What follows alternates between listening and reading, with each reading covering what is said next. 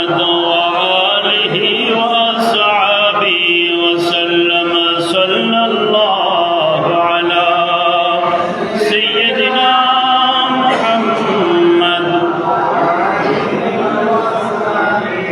اللهم صل على سيدنا مولانا محمد وعلى آل سيدنا যেখানে তাকো যেতায় তাকো নবীর দুরূদ চাইরো না নবীজির দুরূদ না চাইলে নবীও তোমায় বলবেন না আল্লাহুম্মা سيدنا مولانا محمد وعلى آله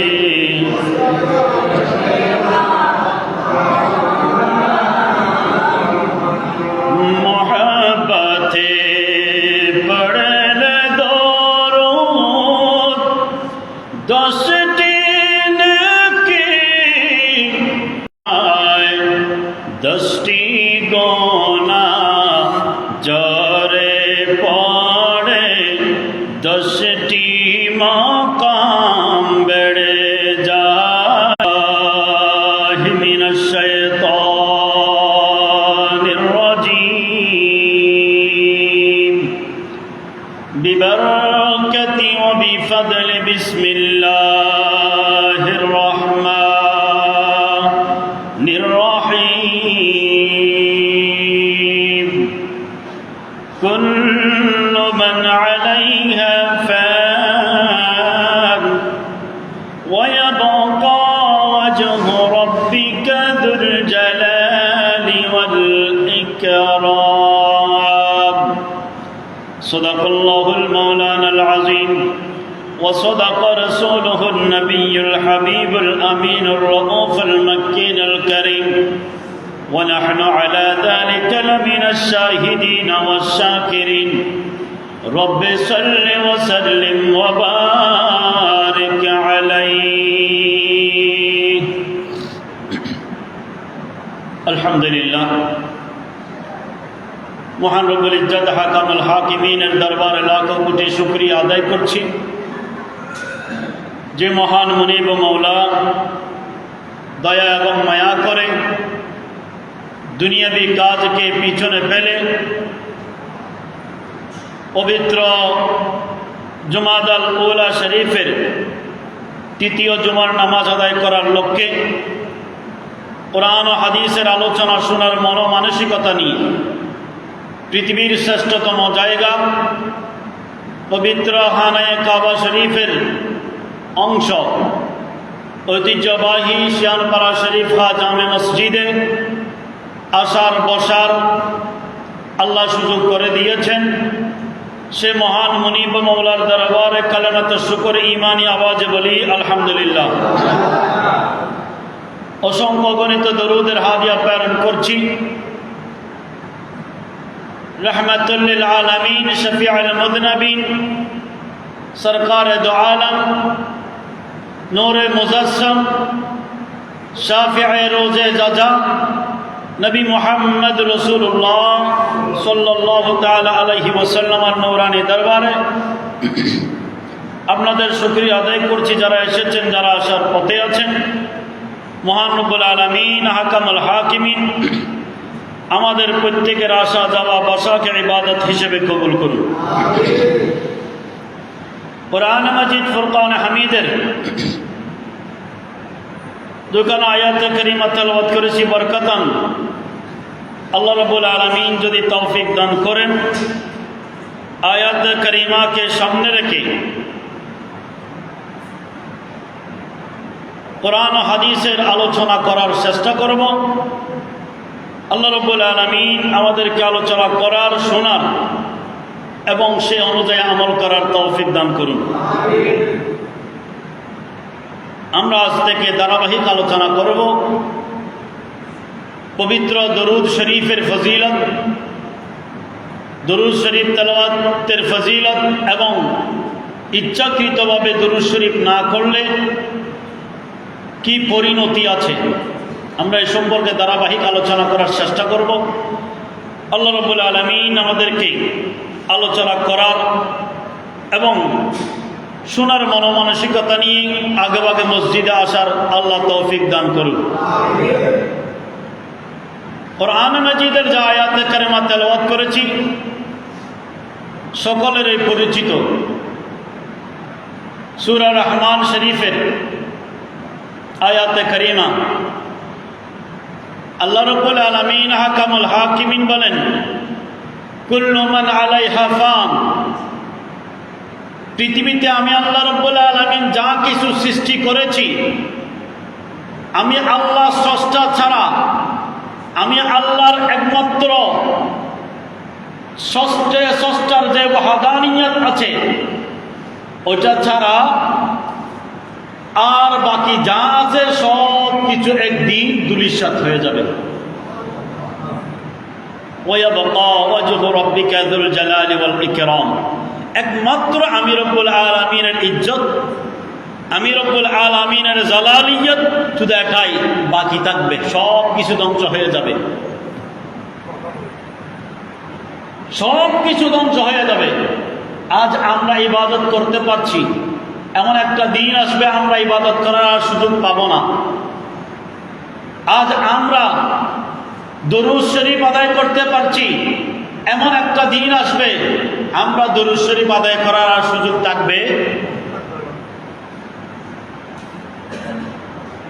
কোনো আমল আমরা করতে পারবো না, আল্লাহর জমিনে কোনো আমল আর জারি থাকবে না। কিন্তু একটা আমল আছে যেটা আমরা যদিও সব কিছু যদি ধ্বংস হয়ে যায়, সব ধ্বংস, ইবাদত করার জন্য কোনো বান্দা, কোনো পশু পাখি, কীট পতঙ্গ কোনো কিছু থাকবে না, এরপরও একটা আমল জারি থাকবে। সুবহানাল্লাহ। ওই আমলটা হচ্ছে আল্লাহর নবীর উপরে দরুদ শরীফ। আর একটু বড় করে বলে সুবহানাল্লাহ। প্রশ্ন আসতে পারে, হুজুর সবাই যদি ধ্বংস হয়ে যায়, এখন না আমরা নবীর উপরে দরুদ শরীফ আদায় করতে পারছি, যখন সব কিছু ধ্বংস হয়ে যাবে, আমরা যখন সবাই মারা যাব, সব কিছু যখন তুলার মতো উড়ে উড়ে চলে যাবে, তখন দরুদ শরীফ পড়বে কে? আপনি বলছেন সব কিছু ধ্বংস হয়ে যাবে, সব আমলের দরজা বন্ধ, কিন্তু দরুদ শরীফ থাকবে কেমনে বললেন? কারণ একটাই, আল্লাহর ইবাদত করার জন্য, আল্লাহর ওয়াহদানিয়ত বর্ণনা করার জন্য কেউ থাকবে না, কিন্তু নবীর দরুদ শরীফ আদায় করার জন্য আল্লাহ রাব্বুল আলামিন নিজেই থাকবেন। আল্লাহ রাব্বুল আলামিন হাকামুল হাকিমিন বলেন সূরা আহজাব শরীফে, আল্লাহ বলেন, ইন্নাল্লাহা ওয়া মালাইকাতাহু ইউসাল্লুনা আলান নবী ইয়া আইয়ুহাল্লাযীনা আমানু সাল্লু আলাইহি ওয়া সাল্লিমু তাসলিমা। সুবহানাল্লাহ। আল্লাহ রাব্বুল আলামিন বলেন, আল্লাহ নিশ্চয় নিশ্চয় আমি রব্বুল আলামিন হাকামুল হাকিমিন ওয়া মালাইকাতুহু, এবং আমার যত ফেরেশতা আছে সবাই ইউসাল্লুন, তারা সবাই দরুদ আদায় করে, তারা সবাই নবীর উপর দরুদ শরীফ পড়ে। আমি আল্লাহও পড়ি, আমি আল্লাহও পড়ছি, আমার ফেরেশতা পড়ে, আমার ফেরেশতাও পড়তেছে, পড়তে থাকবে। আলান নবী, আমার নবীর উপরে।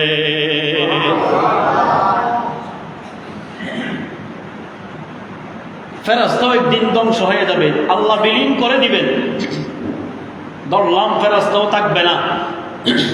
কিন্তু আল্লাহ যে বলেছেন ওয়ায়াবকা ওয়াজহু রাব্বিকা যুল জালালি ওয়াল ইকরাম, আল্লাহর জালালিয়ত থাকবে, আল্লাহ রাব্বুল আলামিন থাকবে। যে আল্লাহও পড়তেছেন পড়বে, ফেরেশতাও পড়তেছে পড়বে, যদিও ফেরেশতাও যদি না থাকে কিন্তু আল্লাহ, আওয়াজ বাইর হয় না, আল্লাহ থাকবে।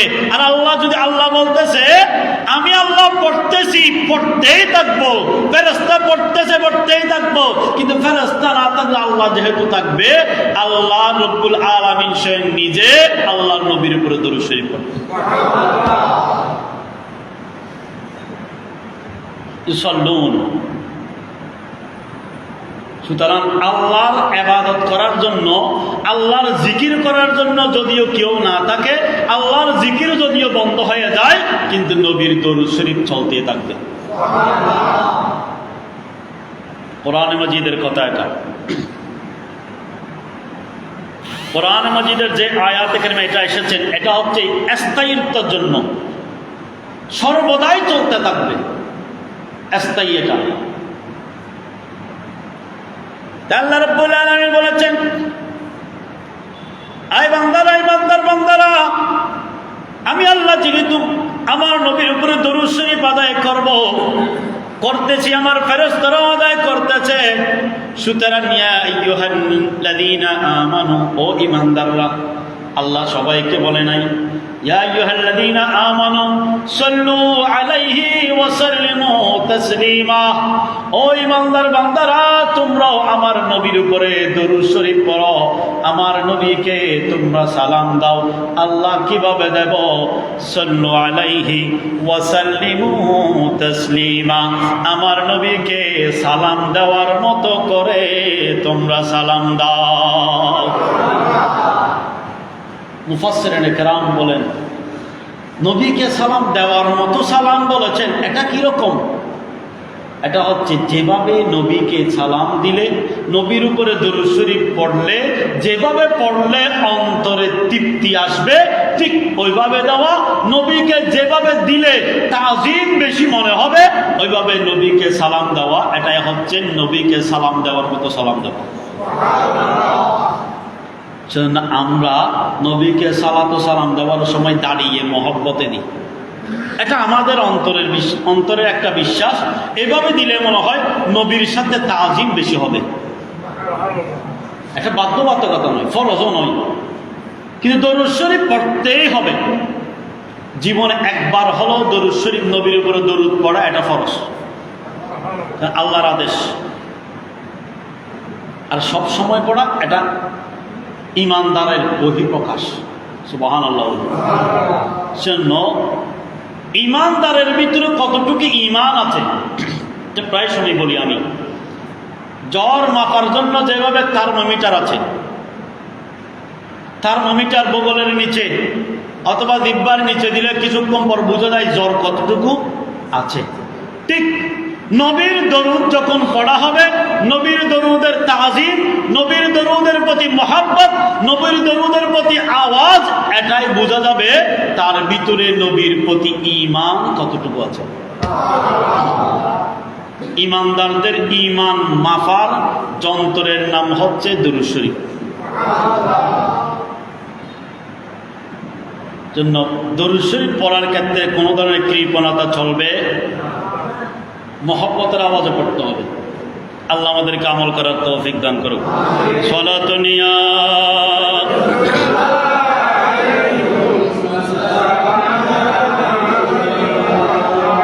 মনসে গোয়ম শরহ বসফ জনাব আফতাব আস্তাফতাব আস্তাফতাব সালাতু নিয়া।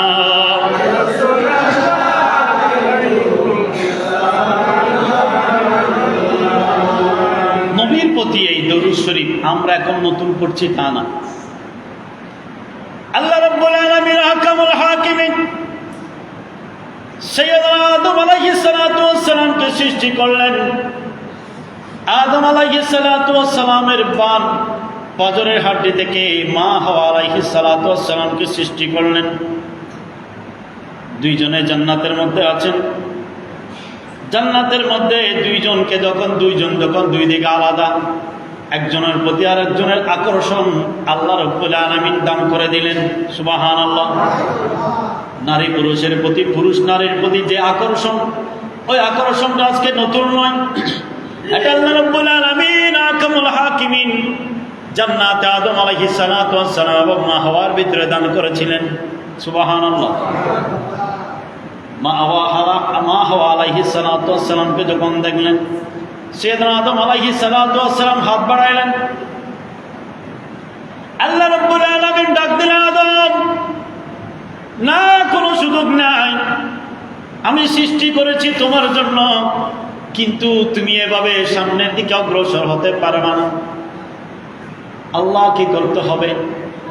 আল্লাহ রাব্বুল আলামিন আহকামুল হাকিমিন বলেন, যদি তুমি সামনের দিকে অগ্রসর হতে চাও তাহলে তুমি আগে তাকে মোহরানা দিয়ে দাও। সুবহানাল্লাহ বলে না? জন্য স্ত্রীকে মোহরানা দেওয়া একটা ওয়াজিব, মোহরানা দিতে হবে, এটা স্ত্রীর হক।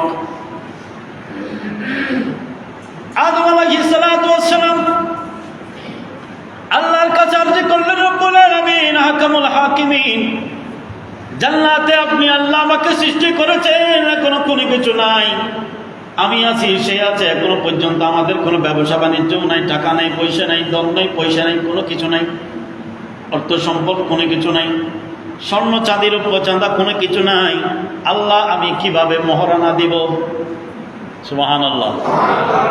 আল্লাহ রাব্বুল আলামিন আহকামুল হাকিমিন বলেন, আদম রে, তোমার সাথে আমি কোনো কিছু দিই নাই, কোনো কিছু এখনো সৃষ্টি করি নাই, তোমাকে ধন সম্পদ দিই নাই, টাকা পয়সা দিই নাই, কিন্তু মোহরানা দিতে হবে।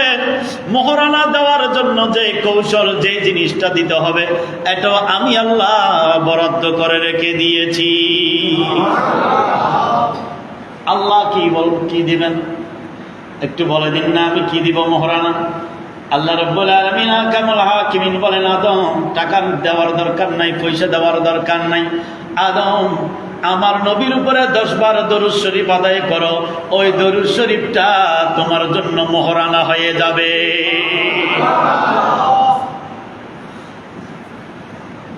এখনো পর্যন্ত অন্য কেউ সৃষ্টি, আল্লাহর নবী এখনো দুনিয়াতে এসেছেন? এখনো আসে নাই, কিন্তু সৃষ্টি হয়েছে, কিন্তু এখনো আদমও দেখে নাই, মা হাওয়া দেখে নাই। আল্লাহ সৃষ্টি করেছেন, আল্লাহ নূর থেকে সৃষ্টি করে একটা বরাদ্দ, এটা জমা করে রেখে দিয়েছেন স্থান।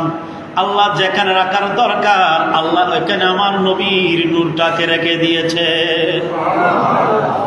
কিন্তু আমার নবীর উপরে দরুদ শরীফ তখন থেকে আল্লাহ চালু করে দিয়েছেন। সুবহানাল্লাহ।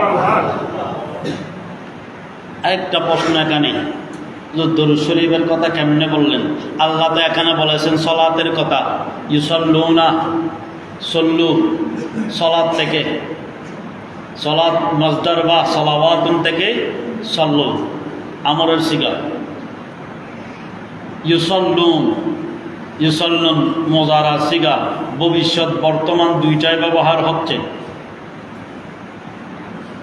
আল্লাহ পড়তেছেন, পড়তেই থাকবেন। যেখানে সলাতের কথা আছে, সলাত মানে তো আমরা বুঝি নামাজ, এখানে দরুদ শরীফের কথা করতে গিয়ে আসলো। সলাতের বিভিন্ন অর্থ আসে। আল্লাহ যদি তৌফিক দেয় হয়, আগামী জুমায় যদি সুযোগ হয় বলার চেষ্টা করব, না অন্য কোনো সময়। কোরআনে মজিদে আল্লাহ সলাত শব্দটা ব্যবহার করেছেন যেখানে, ওইখানে প্রায় 12টা অর্থ ব্যবহার হয়েছে। সুবহানাল্লাহ। এমনি স্বাভাবিক যারা সলাত মাদ্রাসা পড়ুয়া যারা, তারা জানে সলাতের 4টা অর্থ। কয়টা? 4টা অর্থ। সলাত মানি, সলাত শব্দটা যখন আল্লাহর দিকে নিসবত হবে তখন সলাতের অর্থ আসবে রহমত। সলাত শব্দটা যখন নবীর দিকে নিসবত হবে তখন সলাতের অর্থ আসবে দরুদ শরীফ। সলাত শব্দটা যখন ফেরেশতার দিকে নিসবত হবে তখন সলাতের অর্থ আসবে তাসবিহ। আর যখন সলাত শব্দটা বান্দার দিকে নিসবত হবে তখন সলাতের অর্থ আসবে ক্ষমা প্রার্থনা করা, আল্লাহর কাছে চাওয়া, ক্ষমা চাওয়া।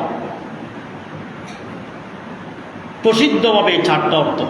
কিন্তু কোরআনে মাজিদে আল্লাহ সলাত শব্দটা যেখানে যেখানে ব্যবহার করেছেন, বিভিন্ন জায়গায় বিভিন্ন অর্থ আল্লাহ ব্যবহার করেছেন। কিছু জায়গায় অনুগ্রহ, আর কিছু জায়গায় অনুগ্রহ প্রার্থনা করা, আর কিছু জায়গায় নামাজ, কিছু জায়গায় ফরজ নামাজ, কিছু জায়গায় নফল নামাজ, কিছু জায়গায় কোরআন করিম তেলাওয়াত, এভাবে এসেছে। যেটা বলতে চেয়েছিলাম, নবীর প্রতি দরুদ শরীফ আদম আলাইহিস সালাতু ওয়াস সালাম পড়েছেন। এরপর আপনারা আরেকটা ঘটনা জানেন, হাদিসে পাক এটা।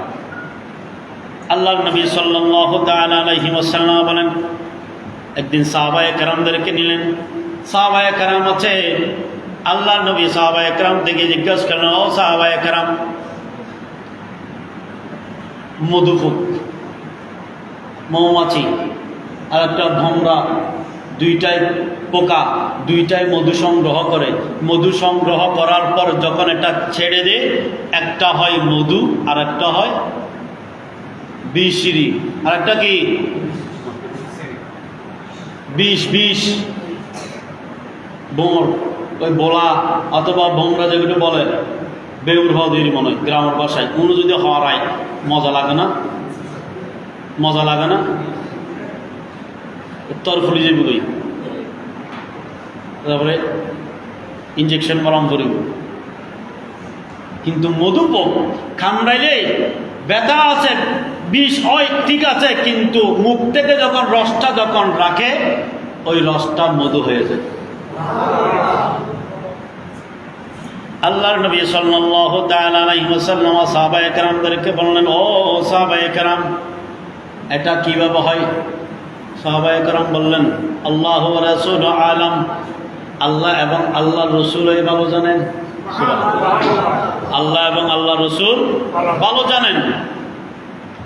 আল্লাহর নবী সাল্লাল্লাহু তাআলা আলাইহি ওয়াসাল্লাম বললেন, ও সাহাবায়ে কেরাম, এর ভিতরে একটা রহস্য আছে। এই দুইটাই যদি একই পোকা হয়, একই ধরনের মধু ফুল থেকে রস সংগ্রহ করে, সংগ্রহ করার পর এটা যখন রাখে, একটা বিষ হয়ে যায়, একটা মধু হয়ে যায়। কারণ কি জানি?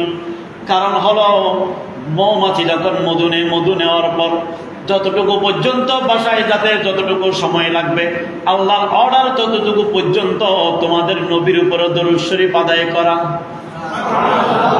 মৌমাছি যতক্ষণ যাবে ততক্ষণ তোমাদের নবীর উপর, আমি নবীর উপরে যত দরুদ শরীফ আদায় করবে, ওই দরুদ শরীফের বদৌলতে রসটা মধুতে পরিপূর্ণ হয়ে যায়,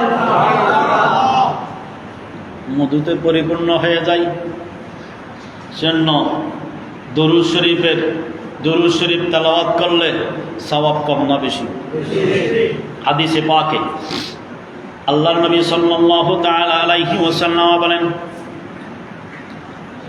আল্লাহর নবী সাল্লাল্লাহু তাআলা আলাইহি ওয়াসাল্লাম বলেন, হাতে আবু হুরায়রা রাদিয়াল্লাহু তাআলা আনহু হাদিস কারা বর্ণনা করেন, মুসলিম শরীফের হাদিস। আন আবি হুরায়রা রাদিয়াল্লাহু তাআলা قال قال رسول الله صلى الله عليه وسلم, কৃপণতা করবেন, এটা দরুদ শরীফ। নবীর নাম যখন শুনবেন, অন্তত লম্বা দরুদ শরীফ পড়তে না পারলো সাল্লাল্লাহু আলাইহি ওয়াসাল্লাম পড়া দরকার। এখন এখানে আর একটা প্রশ্ন, হুজুর দরুদ শরীফ আদায় করবো, এখন কোনটা পড়বো? কেউ আল্লাহুম্মা সাল্লি আলা পড়তেছে, কেউ সালাত নিয়ে পড়তেছে, কেউ সাল্লাল্লাহু আলাইহি ওয়াসাল্লাম পড়তেছে, কেউ দরুদ ইব্রাহিম যেটা নাম আছে দরুদ শরীফ নামাজে পড়া ওটা পড়তেছে, আর কেউ বলতেছে না সবচেয়ে বড় দরুদ হচ্ছে, উত্তম দরুদ হচ্ছে দরুদ ইব্রাহিম। এখন কোনটা পড়বো? যারা বলে দরুদ ইব্রাহিম সবচেয়ে বড় দরুদ, আমাদের কিছু ভাই আছে তারা তালিম দিবে, নামাজ পরবর্তী ইমান ও আকিদার কথা আছে, সব ভাই বসবেন, বহুত ফায়দা হবে, আছে না নাই? তারা কিন্তু ফজিলত বর্ণনা করবে, হয় সবচেয়ে বড় দরুদ হচ্ছে দরুদ ইব্রাহিম, সবচেয়ে বড় দরুদ এটা। আচ্ছা, ভালো কথা মানলাম, তাহলে তো আপনার এই যে হাদিস শরীফ পড়লাম ক্বালা রাসূলুল্লাহ সাল্লাল্লাহু আলাইহি ওয়াসাল্লাম যেখানে পড়লাম, তাহলে ওদের পড়ার দরকার ক্বালা রাসূলুল্লাহ আল্লাহুম্মা সাল্লি আলা সাইয়্যিদিনা মুহাম্মদ ওয়া আলা আলি সাইয়্যিদিনা মুহাম্মদ কামা সাল্লাইতা ইলাল আখির, শেষ পর্যন্ত। এইভাবে যদি পড়ে, বুখারী শরীফের দাওয়াত পড়তেছে হুজুর 3 দিনে শেষ করতে পারবে? এখন তো 2 ঘন্টা শেষ হয়ে যাবে, তখন তো সাল্লাল্লাহু আলাইহি ওয়াসাল্লাম পড়ে। যদি সবচেয়ে বড় দরুদ যদি ওটা হয়, দরুদ ইব্রাহিম হয়, তাহলে ওটা পড়েন না, আমাদের কোনো দরামানা নাই। সবচেয়ে উত্তম দরুদ আমি একটা বলি, এটা কোরআন ও হাদিস থেকে বলবো। আল্লাহ রব্বুল আলামিন কোরআনে কারীমের আয়াতে কি বলেছেন? আল্লাহ বলেছেন সল্লু আলাইহি ওয়াসাল্লিমু। সল্লু ওয়াসাল্লিমু কয়টা? দুইটা। একটা সল্লু মানে সলাত, আর একটা ওয়াসাল্লিমু সালাম। কয়টা? সলাত এবং সালাম কয়টা? দুইটা। সলাতও লাগবে, সালামও লাগবে, দুইটা লাগবে। দুইটা যদি থাকে এটা দরুদ শরীফ, পরিপূর্ণ দরুদ শরীফ। দরুদ ইব্রাহিম যেটা বলি আমরা, এটাতে কিন্তু সালাম নাই। এটা আছে আল্লাহুম্মা সাল্লি আলা, সল্লি আছে, সালাত, এখানে সালাম নাই। তো এটা তো কোরআন মোতাবেক, কোরআনের আয়াত মোতাবেক পরিপূর্ণ দরুদ হলো। এটা নামাজের জন্য খাস, কারণ কি? সালাম এটা আত্তাহিয়াতের ভিতর আছে। আসসালামু আলাইকা আইয়ুহান নবিয়্যু, এখানে সালাত আছে, ওইখানে সালাম আছে, সালাত আছে, দুইটাই মিলে সালাত ও সালাম হয়ে গেছে। সুবহানাল্লাহ। সাহাবায়ে কেরাম জিজ্ঞেস করলেন, যতদিন পর্যন্ত নামাজে তাশাহুদের কথা এসেছে, মেরাজ থেকে আসার পরে আল্লাহ তাআলা মেরাজ উপহার দিয়েছেন। সাহাবায়ে কেরাম জিজ্ঞেস করলেন, ইয়া রাসূলুল্লাহ, আমরা তো নামাজে আপনি নবীর উপরে সালাম দিই, আসসালামু আলাইকা আইয়ুহান নবিয়্যু বলি, ওগো নবী, কিন্তু সালাত তো দিতে পারি না। আল্লাহ তো সালাত সালাম দুইটার কথা বলেছেন, আমরা একটা দিতে পারছি আর একটা পারছি না। ইয়া রাসূলুল্লাহ, যদি বলতেন সালাত কিভাবে দেব? তখন আল্লাহ নবী সাল্লাল্লাহু তাআলা ওয়াসাল্লাম বলেছেন, দরুদ ইব্রাহিম যেটা আমরা নাম দিয়েছি, এটা দরুদ ইব্রাহিম নাম নাই, কোনো হাদিসের কিতাবে নাই। দরুদ শরীফ আছে, ওই দরুদ ইব্রাহিম যেটা আছে, ওই দরুদ শরীফটা তোমরা পড়ো, আর তাশাহুদের পরে তখন সালাত সালাম দুইটাই হয়ে যাবে। এটা দরুদ ইব্রাহিম যেটা বলে, এটা নামাজের বাইরে পড়া মাকরু। উলামায়ে কেরাম মাকরু বলেছেন, কারণ এখানে সালাম নাই। একটা। দ্বিতীয় আর একটা হাদিসে পাক, আল্লাহ নবী সাল্লাল্লাহু তাআলা আলাইহি ওয়াসাল্লাম একদিন বললেন, সাহাবায়ে কেরাম, তোমরা আমার উপরে লেজ কাটা দরুদ পাঠাবে না, লেজ কাটা দরুদ আমার কাছে পাঠাবে না, আমার উপরে পড়বে না। সাহাবায়ে কেরাম জিজ্ঞেস করলেন, ইয়া রাসূলুল্লাহ, লেজ কাটা দরুদ এটা হবে কেমন? আল্লাহ নবী বললেন, তোমরা আমার উপরে দরুদ শরীফ পড়বা, কিন্তু আমার আহলিয়াল যারা আছে, আমার আল পরিবার যারা আছে, তাদের উপরে যদি দরুদ না পড়ো, তাহলে এটা হচ্ছে লেজ কাটা দরুদ, এটা সহ পাঠাবা। এই সালাত সালাম দুইটা থাকলে পরিপূর্ণ দরুদ। আর যদি এখানে আহলে বাইতের উপরে সালাত সালাম এটাও আসে, তখন এটা হচ্ছে উত্তম দরুদ।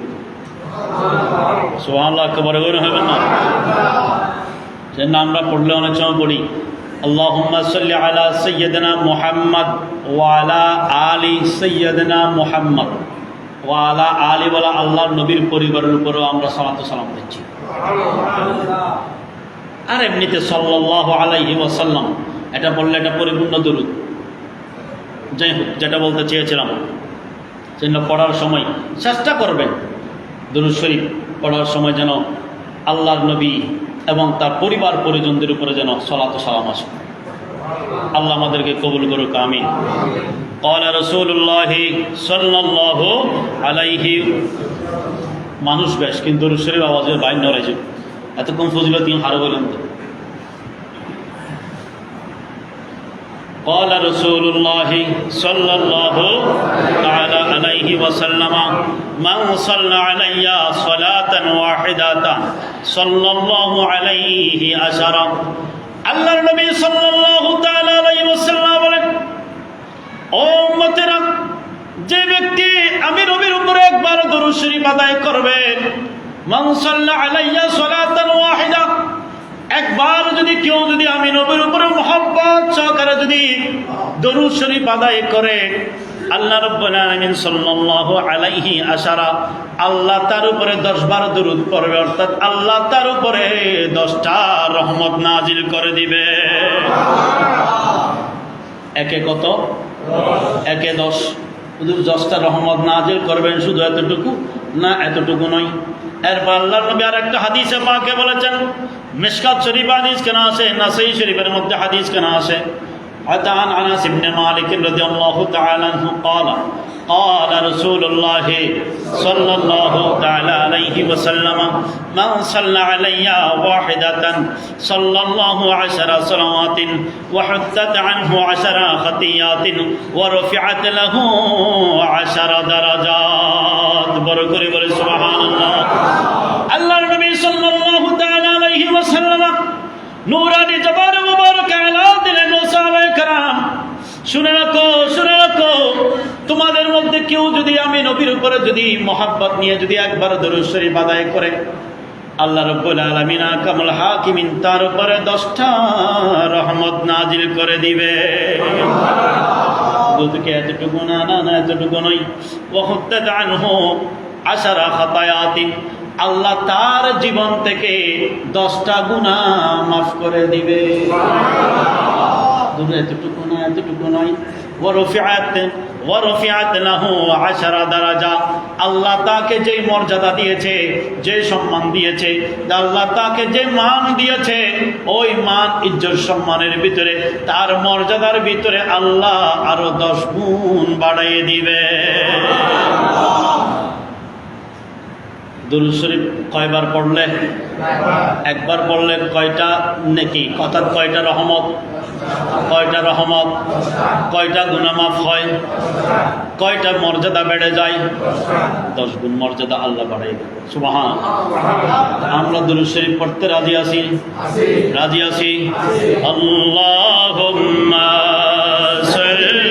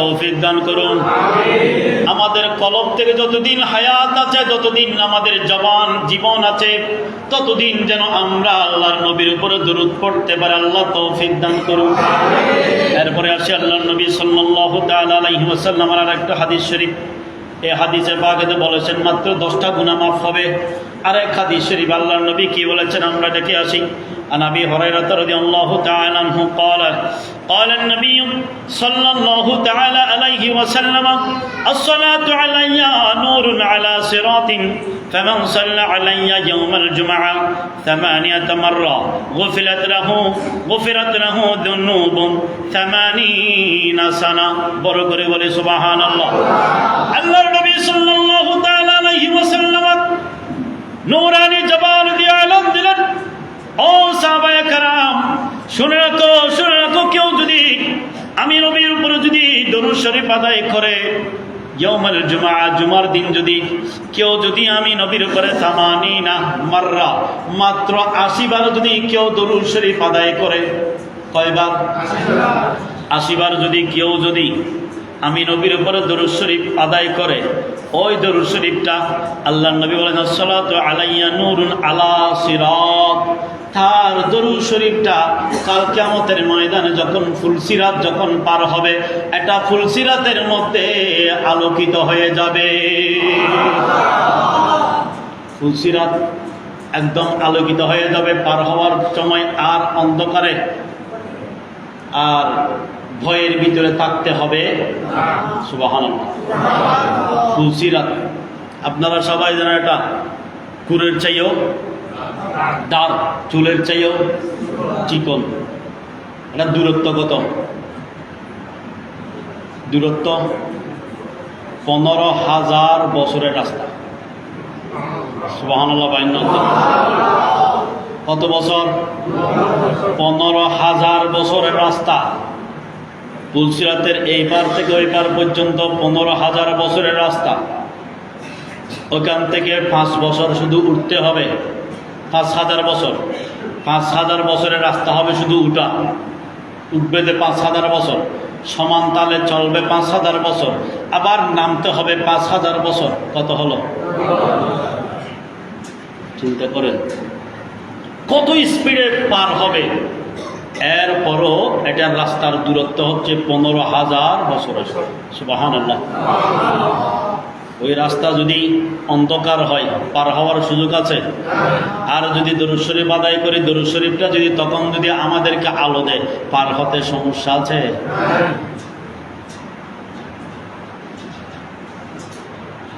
আল্লাহর নবী তো থাকবেনই। যারা দরুদ শরীফ আদায় করে আল্লাহর নবী, তাদের জন্য পুলসিরাতের এখানে দাঁড়িয়ে থাকবেন। একটু বড় করে বলি সুবহানাল্লাহ। তা আল্লাহর নবী সাল্লাল্লাহু তাআলা আলাইহি ওয়াসাল্লাম একদিন বললেন, সাহাবায়ে কেরাম, তোমরা কিয়ামতের ময়দানে আমি নবীকে খোঁজার জন্য অন্য কোথাও যেতে হবে না। জান্নাতে তো আগে আল্লাহর নবী এবং উম্মতেরা, আমরা যারা উম্মত আছি, আল্লাহর নবী এবং আল্লাহর নবীর উম্মত জান্নাত আগে প্রবেশ করবে। অন্যান্য নবীর উম্মত তো দূরের কথা, অন্যান্য নবীরা পর্যন্ত আমাদের পরে প্রবেশ করবে। আল্লাহ এটা স্পেশাল একটা আল্লাহ নবীকে মর্যাদা দিয়েছেন।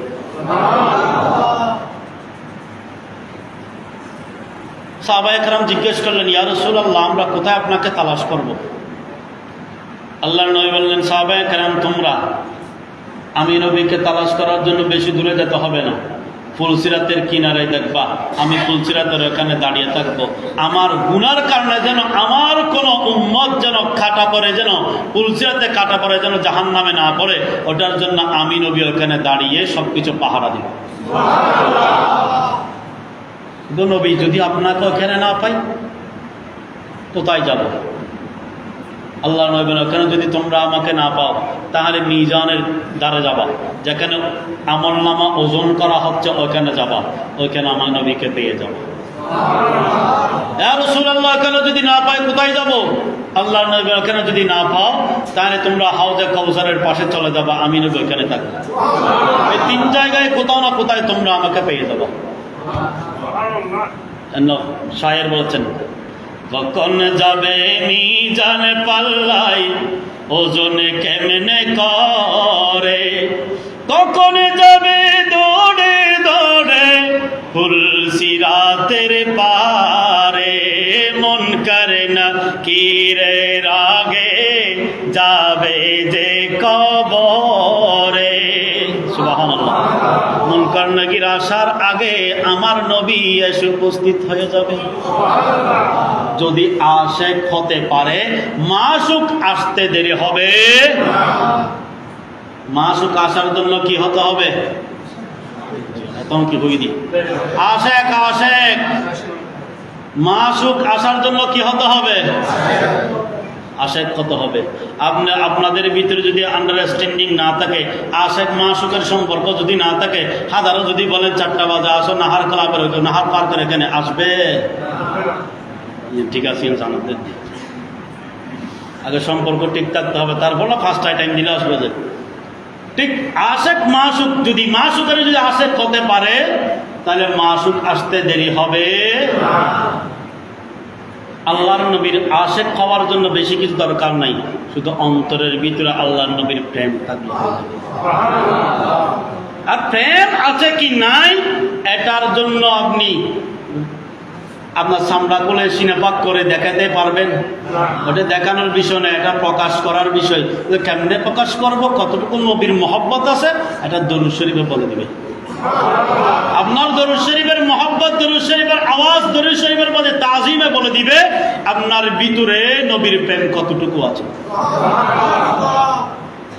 যাই হোক, অনেক লম্বা, ওদিকে চলে যাচ্ছেন। যেটা বলতে চেয়েছিলাম, আল্লাহর নবী দরুদ শরীফটা ফুলসিরাতের পারে ওটা আলোকিত হয়ে যাবে, ফুলসিরাত আলোকিত করে দিবেন। এরপরে জুমার দিন যদি কেউ 80 বার যদি দরুদ শরীফ আদায় করে, আল্লাহর নবী বলেন গফিরাত লাহু যুনুবুন 80 সানা, আল্লাহ তার 80টা নয় 80 বছরের গুনাহ মাফ করে দিবে। জুমার দিন যদি কেউ কয়বার দরুদ শরীফ পড়লে 80 বার, গুনাহ মাফ করবেন কত বছরের? 80 বছরের গুনাহ মাফ করে দিবেন। সুবহানাল্লাহ। আরেকটা হাদিস শরীফ আসছে, দরুদ শরীফ জুমার দিন যারা মসজিদে এসে জুমার দিন যারা দরুদ শরীফ আদায় করবে তাদের ব্যাপারে কথা। আবার যারা এসে দরুদ শরীফও পড়বে না, ওয়াজও শুনবে না, হেলান দিয়ে দেওয়ালের কাছে হেলান দিয়ে বন্ধুর সাথে বন্ধু পুরনো গপগুলো মারবে, হয় তোর লগ্ন ভাই না খালি তুম তো তোর নফার আজকে ভাই ভালো গিয়ে খতম ঠার ফন্দ যেত খালি খেলা কান লই হ্যাং খ্যাং করিবি হারা হারা লইতে পারি দুনিয়ার কথা একদিন চলত হড়ে মসজিদের দেওয়ালের মাঝে হেলান দিয়ে রে আছে না নহর দেরি দাহাই নদীর দিক হ্যাঁ দেখির কিন্তু দাহাই নদীর হাদিসে পাকে আসতেছেন কেউ যদি দরুদ শরীফ আদায় করে, মসজিদে বসে বসে যদি কেউ দরুদ শরীফ আদায় করে, তখন অসংখ্য ফেরেশতা তার চতুর্দিকে ঘিরে ধরে। ঘিরে ধরে কি করে? তার এগুলো লিখার জন্য কি ব্যবহার করে? হাদিসে পাকে আসতেছেন আল কালামুল যাহাবুন, স্বর্ণের কলম, স্বর্ণের একটা কলম নিয়ে আসে এবং দোয়াত নে কালি কালি দিমাও কালি নে কালিটা নে আপনার দোয়াতটা। এখন তো দোয়াত ফুলাবেন এখন চিনবেন, আগে একটা দোয়াতের ডিব্বে ছিল, আগেকার মুরব্বী যারা আছে তারা লিখছে ওইখানে চুবাইয়ে কলমটা আপনার ওই শিবের আঙ্গুর সুবাইয়ে আমটা লিখি আর দিনে তারা ফইলে পাই দি কলম শীষ উগ্র ফুরাইলে আর তুম বইতাম খাইলে এত ডিব্বে তুলে তুম বইতাম ইয়ে ভাই এরপরে খালি শীষ বেচছি। এখন তো শীষে নেই, হ্যাঁ শীষ হলো হলমদ্দ নল স্টাইলে 10 টিকা হলমদ্দ নল আদানা 20 টিকা গাইল। এখন তো বল ফ্যান, আগে ছিল কালের ফ্যান, এখন হয়েছে কি ফ্যান? বল ফ্যান। একাধিক বল আছে, বল গুলিরই লেখা লেখে। যাই হোক, যেটা বলতে চেয়েছিলাম, দোয়াত যেটা লেখার জন্য যেটা কালি লাগবে ওই কালিটা হচ্ছেন ফিদ্দা, এটা হচ্ছে রৌপর একটা দোয়াত। সুবহানাল্লাহ বলি না? এবং যেটা লিখবে কাগজ ওই কাগজটা হচ্ছে নূরের কাগজ। যতক্ষণ দরুদ শরীফ আদায় করবে ফেরেশতারা ততক্ষণ পর্যন্ত ওটা লিখতেই থাকবে, আর এটা লিখে ওইটা আল্লাহর নবীর রওজা মুবারকে পৌঁছে দিবে। এখানে মা বাবার নাম সহ গোষ্ঠী বেলাদার নাম সহ সব লিখে থাকবে।